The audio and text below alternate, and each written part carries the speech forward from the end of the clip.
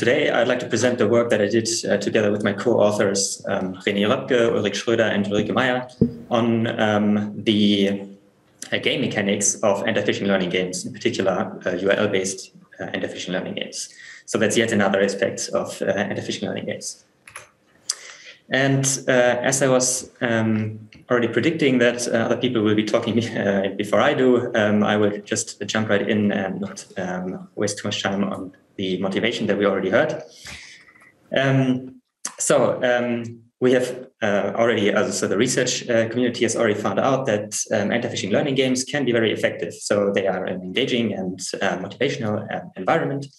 And when we took a look at the existing learning games, we found that most of them make use of a very similar game mechanic, which is a binary decision. So that's basically what we also saw in the first talk. You're presented with an email or a URL, and you have to decide, is this phishing or not? And though this is arguably what is expected in real life, it also has some possible shortcomings. For example, it makes it easier to guess, since it's only like a 50% chance. And it also does not give us really much insight into the decision processes of the players. And though there are some examples, for example, the one on the bottom right here, which is now official also by the research group of the previous speaker, I think, that have different game mechanics. For example, in the game for NoFish, it's selecting the registrable domain. To our knowledge, is that it has never been evaluated if this actually makes a difference. So that's the main part that we did. We took a look at more complex game mechanics and try to find out if they make a difference. Also, the effect of familiarity with services that are presented in the tests and games has been discussed before, but really in the context of anti-phishing learning games, really hasn't been evaluated if it actually makes a difference, at least to our knowledge. And finally, we also clearly defined different categories of URLs, in particular different categories of phishing URLs. And we wanted to find out if it might be harder to detect some phishing URLs, and in particular, if after playing the game, there are some existing technologies like URL highlighting that work very well in concert with what was learned, so that technology and humans basically work together. And yeah, to this end, we created two new game prototypes that we compared in a study. And I will just quickly go over the new prototypes. Just as a general remark, really all of the games are available under the first URL that you can see here. And we've also made the source code available on GitLab. You can also find these in the paper, of course. And the first game is called the creation game. And it is called that because it requires a creation mechanic. So the players actually have to look at these puzzle pieces that you can see here and have to create their own phishing URLs according to the task that is shown at the top. So this is clearly a more complex mechanic than just saying yes or no. The second game is more similar to the case of a binary decision, it's called the analysis game. And the main difference to a binary decision game is that you have to analyze the URL more closely and then distribute it to a number of different categories. So it's not just legitimate or benign. It's actually still one legitimate, but several subcategories for benign URLs. And these categories actually represent URL parsing ability. So you have to be able to parse the URL in order to find the correct bucket here. And finally, we did not just want to create new games and say they work really well. We obviously had to compare with baseline. And to do this, we created what was almost a perfect clone of the second game, the analysis game. But instead of the several buckets, we only have like the 2 buckets, legitimate and phishing. So this is basically a binary decision now and serves as our baseline.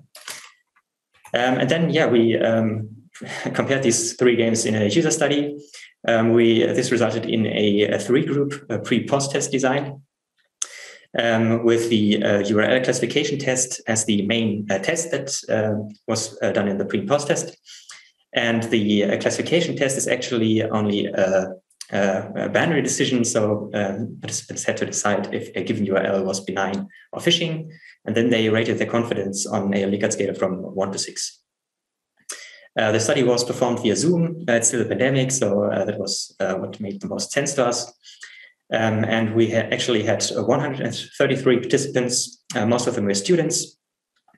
The study was conducted in 2 parts. The first in November 2020 with 88 participants who played the analysis and creation games. And then later in May 2021, 45 participants played the decision game. And on the right side, you can see the general process of the study. We started with a short briefing where we introduced the topic and actually told them, the participants, that they were going to play anti-phishing learning games. Then came the URL classification pretest. And the survey software actually redirected the participants to the 3 games. And after playing the games, the participants returned, did the URL classification post-test, then also took a look at the service familiarity and demographic surveys. And finally, we had a short debriefing where we answered any questions and gave some additional information to people who were interested. So let's take a look at the results. So as I promised, the first big question that we tried to answer is whether more complex game mechanics actually make a difference. And for this, I've prepared these 2 figures. On the left, we see the performance scores in the pre and post tests divided by the 3 games. And the right figure is the same for the confidences. As we can see, the pre-test scores are very, very similar. We actually did not really see much of a difference there at all. But this is no longer the case for the post-test. There are at least notable differences between the creation game and the other 2 games, which are relatively close to each other. And the same actually can be seen in the confidences. And yeah, we performed a ANCOVA where we compared the 3 games. And we did not find significant differences between the 3 games with respect to the classification performance. So these slight mean differences that we saw were not significant. We did, however, find that the confidence after playing the creation game, so the figure on the right, was significantly lower than the other 2 games. And as such, if you are an educator and you're considering using the creation mechanic that we introduced in the games, in the creation game, you might consider avoiding this kind of mechanic in a self-study environment, since it might leave participants unsure about what they learned. That's it's kind of sad to see that the more complex decisions did not really offer a significant advantage. So we try to find out if there are any reasons to still use the more complex mechanics. And for this, I've prepared these 2 figures. I will not really go into much detail, but these are the in-game decision outcomes for the decision game on the top, so the binary decision, and the analysis game on the bottom. And basically what we can see here is that in the top, we only have the outcome that something was correct or something was incorrect. And then we can see some differences for different categories. When we take a look at the second figure, we have a much more detailed description of the outcomes. For example, the path URLs, where most of them were actually confused with random URLs in our test case. And so basically what I'm trying to say here is that the more fine-grained analysis of the in-game decisions that is possible in the analysis game might be used to give better feedback. So we already gave some feedback after each level of the games, but it might still be improved if we can see what kind of categories were often confused. It is also possible to create adaptive games, for example, that actually try to adapt based on what kind of categories are confusing to users. And finally, we can do what we basically did for these figures. We can take a look at the in-game decisions retroactively and try to find out what kind of misconceptions people or players still had after playing the games. And of course, all of this can be used to potentially improve the games. So the second thing that we looked at was how familiarity with the service affects classification performance. And what you can see on this figure is the pre-test and then the post-test of the 3 games. And we first have the classification accuracy for URLs with services that the users were actually using, the second that they knew but were not actively using, and the third one for unknown services. These exist, by the way, even though we chose them the URLs rigorously using Alexa top services in our country. And what we can see here is that unknown URLs are always lag behind the other two categories a little. And this was actually confirmed by a factorial repeated measure ANOVA. In particular, again, the unknown services accuracy was significantly lower than the used or known services, but there was no significant difference between used or known services. So if you're a researcher and you're currently considering creating a user study where you want to take a look at anti-phishing learning games, you might consider asking your study participants whether they are familiar with the service or not, since it does actually make a difference. And the third question that we looked at was the difference between URL categories. Since I did not really have much time in this talk, I've already simplified this a little, and I will not go into too much detail.